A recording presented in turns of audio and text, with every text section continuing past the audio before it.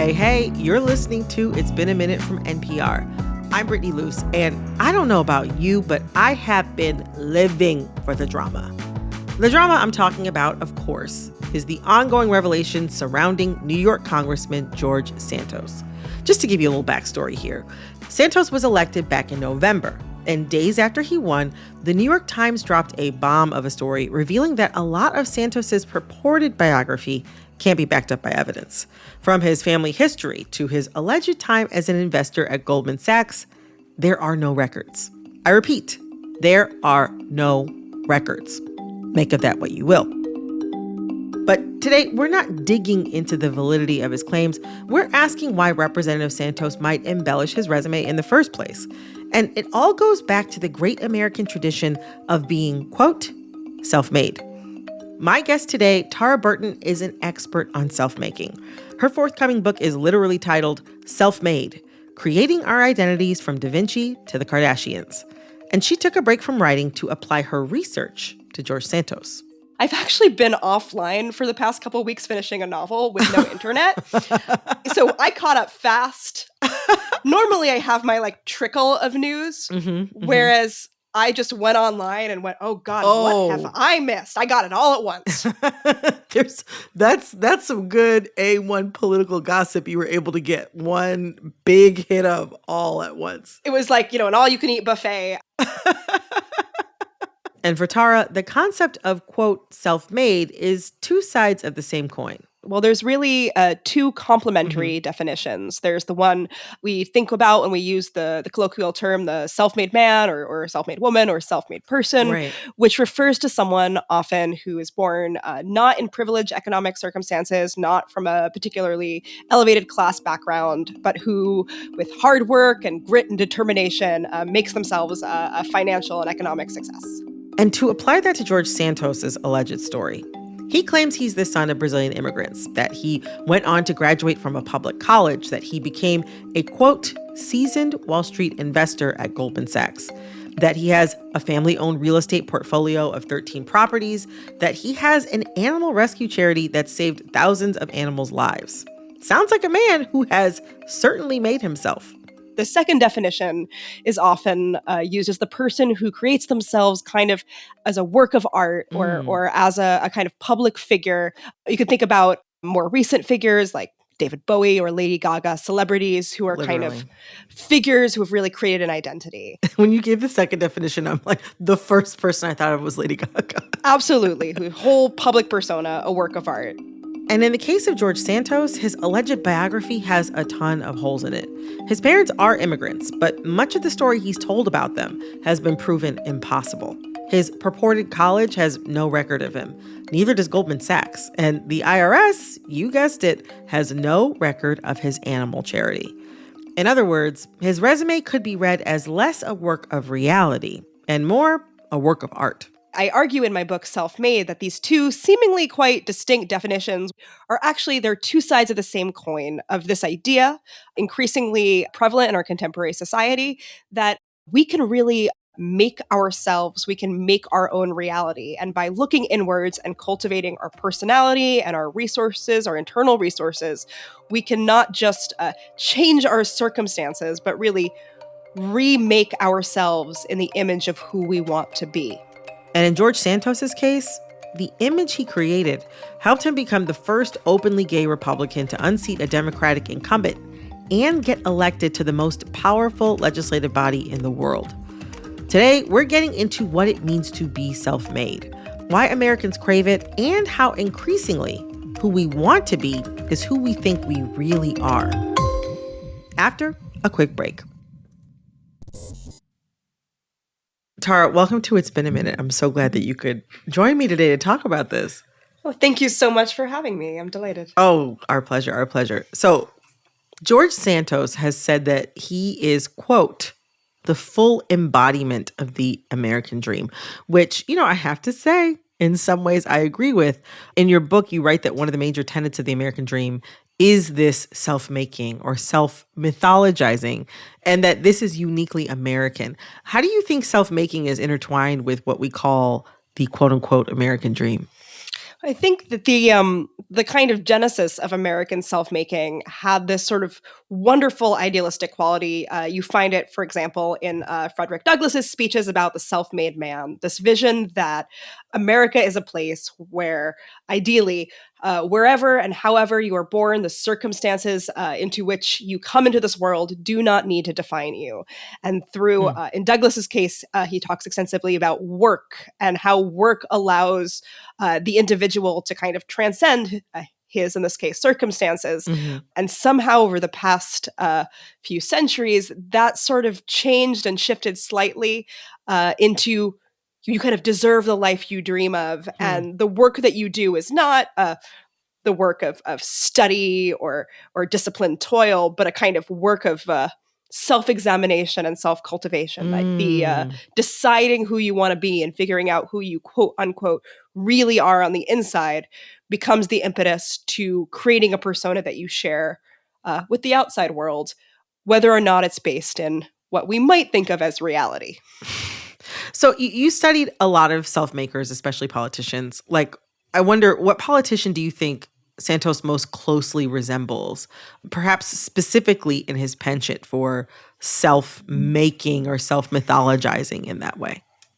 It's a bit of an obvious answer, but I do think it is the right one, where I think he is in the tradition of former President Donald Trump, specifically in his seeming conviction. I don't want to make statements about the inside of his brain, that truth and reality is something that you can shape in accordance to your desires.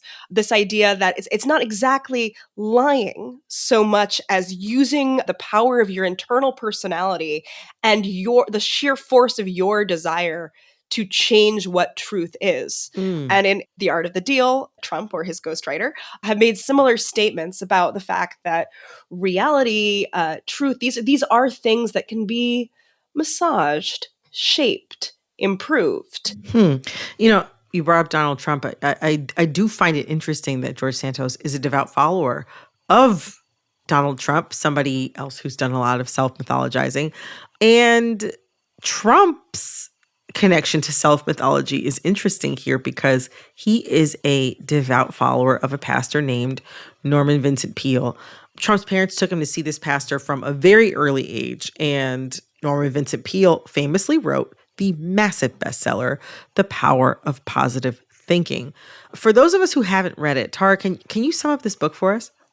Sure. So there's a phrase that Norman Vincent Peale, this pastor and writer, used: picturize, prayerize, actualize. And he believed that if you could just pray for something, if you could hold a picture of it in your mind and really focus on it, it would come true. Sounds like New Thought. Exactly. Absolutely. It was like a New Thought, sort of a little bit of Christianity throw in, but really it's the classic New Thought tenet of if you can dream it, you can have it. If you want it badly enough, it will be yours. And it's that specific idea, that desire, that wanting is a kind of spiritual force in itself, that whatever happens in the universe is downstream of your desire, that what you want is basically a magical force in the universe. And Peele's number one rule in this book is, quote, formulate and staple indelibly on your mind, which is already visually scary enough as it is. But formulate and staple indelibly on your mind a mental picture of yourself succeeding. Trump called this man his pastor and followed this to a T. He officiated one of his weddings. And I think we can argue by extension that George Santos kind of has as well. It's just that, especially in Santos's case, the mental picture he had, it didn't seem to match reality. Is that what Peale was going for, do you think? Like, is this sort of result what Peale was going for? From my perspective, at least, this is the natural endpoint of a vision of the universe that is so, like, indelibly part of our culture now that I think we don't even always know that we, perhaps in a much less extreme way than Trump or Santos, are participating in it. But I think that once you kind of allow this idea that your internal desires have a kind of spiritual or magical power, that reality is something fungible that is shaped by not just human ingenuity or human creativity or human work, but human wanting, then suddenly, like, one can say, what is reality? Reality is what you make it. And no less importantly, in this case, reality is what you can make people think it is. Suddenly, there's very little difference between I am magically attracting wealth by meditating upon it in the New Thought tradition, Hmm. and I am making other people believe things that will cause them to give me money. Hmm. What's the difference? One of them's quote unquote magic, one of them's quote unquote persuasion. Hmm. But then these things kind of come together. Reality is being shaped by desire and canny self presentation. Gosh. If you have this image of yourself, your internal personality as the great celebrity, the Hollywood star, the genius entrepreneur or thinker or innovator, congressperson. exactly. Yeah. Without speculating as to George Santos's emotional state, I would imagine that he has an image of himself, his quote unquote authentic self, as the successful congressman, which he is, in Peel's words, staple to his mind. And he is manifesting that reality. Is he lying? On the outside, one might say yes. But from the point of view of someone who says, well, truth is simply what you make it, he's just manifesting. It's funny to hear pop psychology's favorite word pop up here. Here's the thing, though. As much as we want to think we make ourselves, who we are is as equally made by how others understand us. And for George Santos, no matter how we look at him, he wins. We'll tell you why after a quick break. You also write about how the concept of self-made is in part what we say about ourselves, but also how others view us. In other words, our self-image is in part made by the community that we're in, or perhaps maybe even the community that we intentionally attract.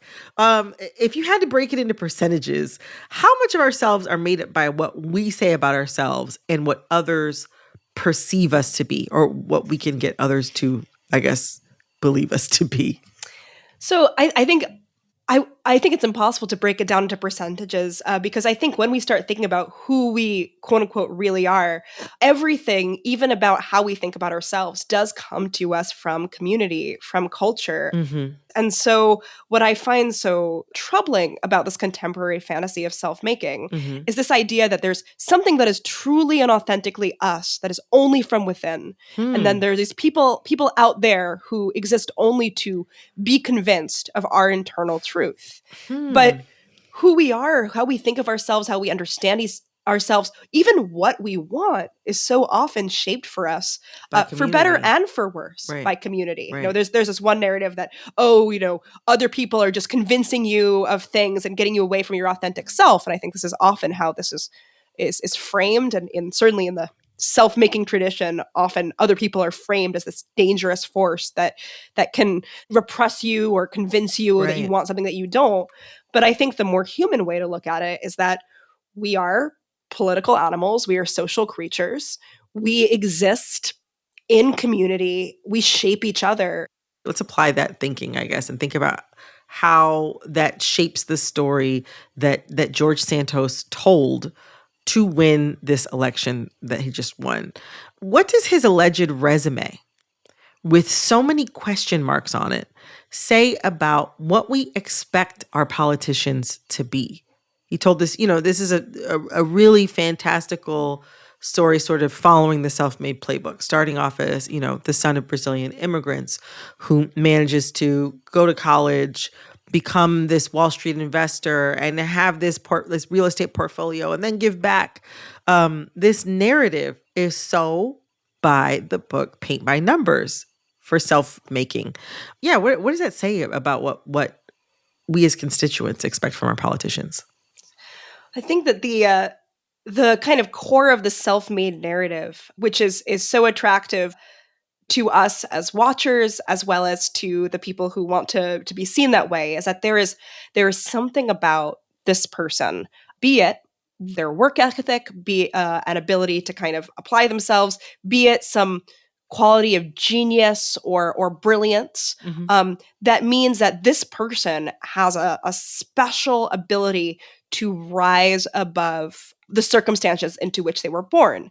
And on the other side of it, as voters, We find that so attractive, I think, because at its best, it does speak to something inspiring and wonderful in the American experiment, this idea that there is something special about, let's say, the American political system that allows this to be possible, which is itself a bit of a fantasy, but one with a long-standing tradition.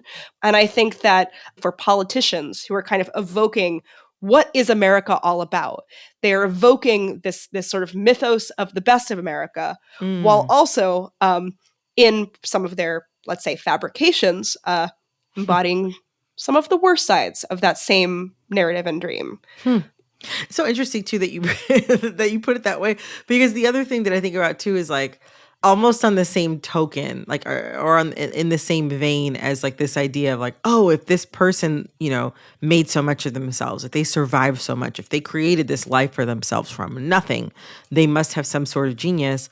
I also notice in pop culture, or even sometimes in the news cycles, there's almost an admiration for people who end up becoming quite successful based off of lies. Sometimes, you know what I mean? Like I even think about what's that movie that Leonardo DiCaprio movie? I think it was the Steven Spielberg. Catch Me If You Can. Yeah.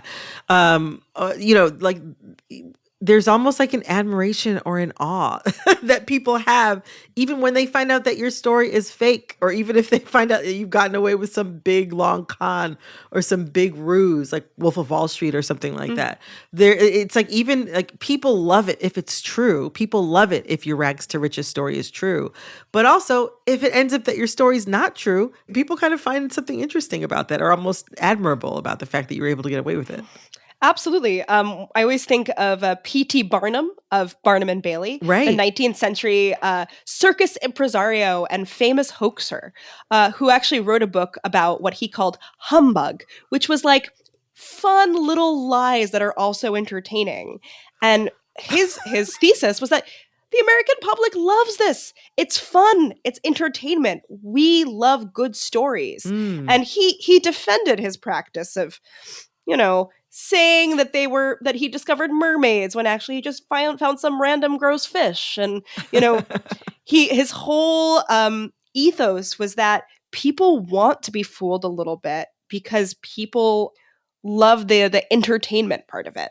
And I think that that's something that we also can't forget when we think about American politics, is that as politics and entertainment have become more and more closely intertwined, I think that sense that we are an audience, we are viewers as much as voters. And so the compelling personalities, the people whose stories draw us in, are the people we watch. And I've got to say, I probably know more about George Santos than I know about a lot of politicians. So in that way, it worked. He is clearly going to be a well-known celebrity, regardless of what happens with his political career. And without speculating about his motivations, he may himself consider that a success. Certainly, some people might. You know, I can't help but think of the show Veep, you know, on HBO. Every political crisis the vice president in that show runs into is filtered through this lens of how will this play to the public. In other words, politicians have to have people like them. They have to have people like them. They have to have a good story. And if reality and these great stories get further apart, I don't know, that feels like we're headed somewhere not so good. Like, what do you think about that? I am certainly wary. I don't think this is a good trajectory. But unfortunately, I think as we are increasingly in a more and more digital age, in a landscape that is basically like a literalization of ideas about self-making, the idea that what you want to see is reality. I don't just mean social media and the fact that we can present ourselves in a certain way. I mean that the news that shows up is curated for us by the fact that there are algorithms that know what we want to see and give us more of it. Advertisements chase us around the internet based on what we've already bought. So many of us spend huge chunks of our lives plugged into a system that makes desire literal. What we see, our reality, the news we consume, the media that is presented to us, all of that runs on the engine of desire. And I think that the more that we live in this internet world, and I say this as someone who is probably way too online and way too on Twitter, but the more we live in that world, I think this promise, this magical promise of self-making, that what you want can be made manifest, really can happen in the disembodied world of the internet. That magic is real there. We began this conversation with a quote from George Santos where he said that he was the embodiment of the American dream. Tara, after all we've discussed here, can we confidently say that at least in that he's telling the truth? Absolutely. And if he is, at least in his own self-mythologizing, following a great American tradition, what lessons would you relay to Representative Santos on what happens when you head down this path? I would like to say that it only ends in tears for the various con artists and self-makers, but unfortunately, that is not the case. Sometimes they get away with it, historically speaking. True. But I would say that I think that another lesson that we can take away from self-making is that the more we believe that our individual desires have the power to shape the world, the less we are receptive to being members of a community that all shape and take care of each other. And I would caution him, as I would caution anyone going down this path, to remember that we are not, in fact, self-made creatures. We are social creatures, and that is, at its core, what life and being human is all about. And I think it's very dangerous to forget that. Tara, thank you so much for joining me today. This was a lot of fun, and I learned a lot. I will never refer to myself as self-made ever in my life. Thank you so much for having me. It was an absolute delight. Thank you. Tara Isabella Burton's forthcoming book is called Self-Made: Crafting Identity from Da Vinci to the Kardashians. This episode was produced by Barton Goodwood and edited by Jessica Plachek. I'm your host, Brittany Luse, and I'll be back Friday for another episode of It's Been a Minute from NPR. Talk soon, y'all.